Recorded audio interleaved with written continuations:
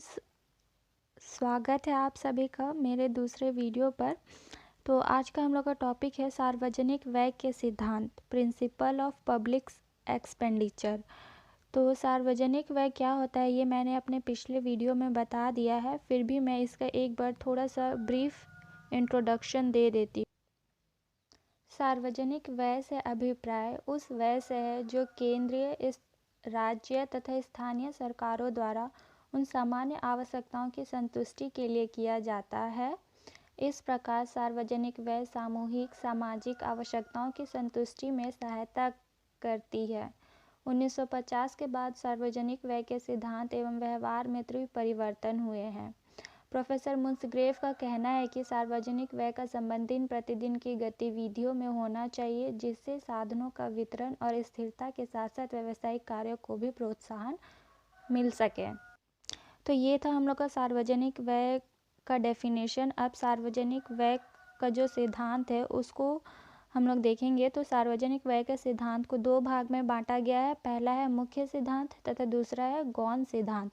तो देखते हैं मुख्य सिद्धांत क्या है। मुख्य सिद्धांत सार्वजनिक व्यय का कल्याणकारी सिद्धांत तथा अधिकतम सामाजिक लाभ का सिद्धांत भी कहा जाता है। राज्य सरकार को व्यय करते समय यह ध्यान रखना चाहिए कि उसके कार्यक्रमों से समाज को अधिकतम लाभ प्राप्त हो। अधिकतम सामाजिक लाभ का सार्वजनिक व्यय का सिद्धांत यद्यपि एक उत्तम सिद्धांत है, परंतु इसकी सीमा जो इसे व्यावहारिक दृष्टि से अनुपयुक्त सिद्ध कर देती है वह यह है कि इसका आधार सार्वजनिक व्यय से होने वाली उपयोगिता का माप है। सार्वजनिक व्यय से होने वाले लाभ को मापा नहीं जा सकता है, अतः यह सिद्धांत अव्यावहारिक है। तो इसका जो मुख्य सिद्धांत है वो क्या है कि इसको कल्याणकारी और सामाजिक लाभ का सिद्धांत भी बोला जाता है, और सरकार जो है, राज्य सरकार इस पर व्यय करता है। ठीक है। और इसमें जो यह सिद्धांत है इसमें बहुत सारी त्रुटियां भी है, जिस कारण से यह सिद्धांत को अव्यावहारिक माना जाता है। अब देखते हैं सार्वजनिक व्यय का गौण सिद्धांत। इसको भी दो भाग में बांटा गया है। पहला है फिंडले-सिराज का सिद्धांत और दूसरा है अन्य सिद्धांत। ठीक है। तो गौण सिद्धांत के अंतर्गत फिंडले-सिराज ने अपना सिद्धांत दिया है और फिर और अन्य सिद्धांत भी हम लोग इसके अंतर्गत देखेंगे। तो देखते हैं फिंडले-सिराज ने क्या सिद्धांत दिया है। डॉक्टर फिंडले-सिराज ने अपनी पुस्तक the science of public finance में सार्वजनिक व्यय के संबंध में 4 सिद्धांत प्रस्तुत किए हैं। मतलब क्या है, डॉक्टर फिंडले-सिराज ने क्या किया है, इसको 4 भाग में बांटा है। पहला है लाभ का सिद्धांत, कैनोज ऑफ बेनिफिट। सार्वजनिक व्यय इस प्रकार होना चाहिए जिससे अधिकतम सामाजिक लाभ प्राप्त हो सके। दूसरा पॉइंट है देश के उत्पादन पर अच्छा प्रभाव पड़े तथा उत्पादन में वृद्धि हो। तीसरा पॉइंट है संपूर्ण समाज के लिए व्यय होना चाहिए। चौथा है व्यय किसी नीति या परंपरा द्वारा बाध्य नहीं होना चाहिए।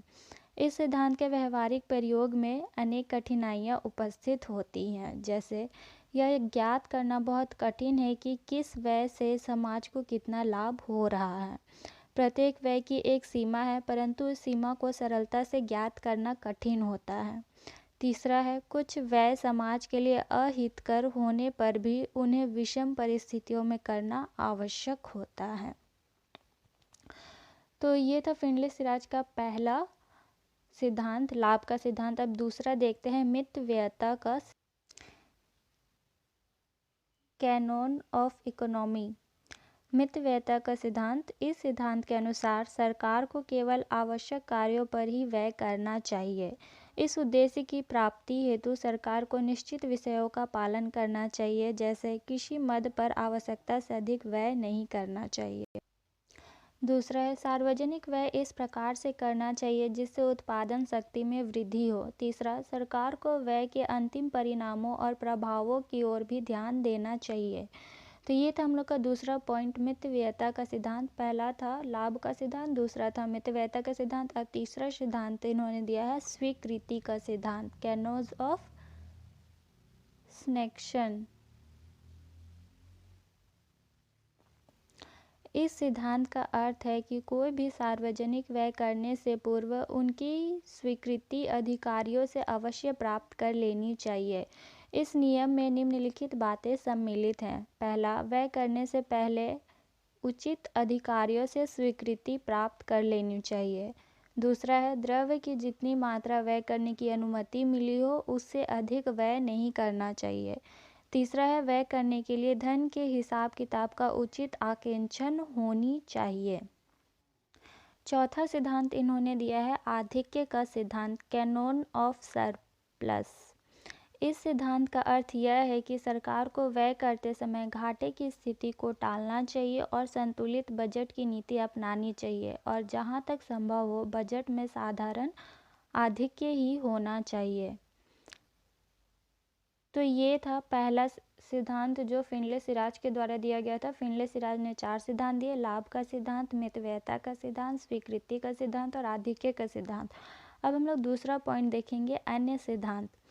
प्रोफेसर सिराज के उक्त सिद्धांतों के अतिरिक्त आधुनिक अर्थशास्त्रियों ने इस संबंध में अन्य सिद्धांत और प्रतिपादित किए हैं। उसमें पहला जो है ए नंबर, लोच का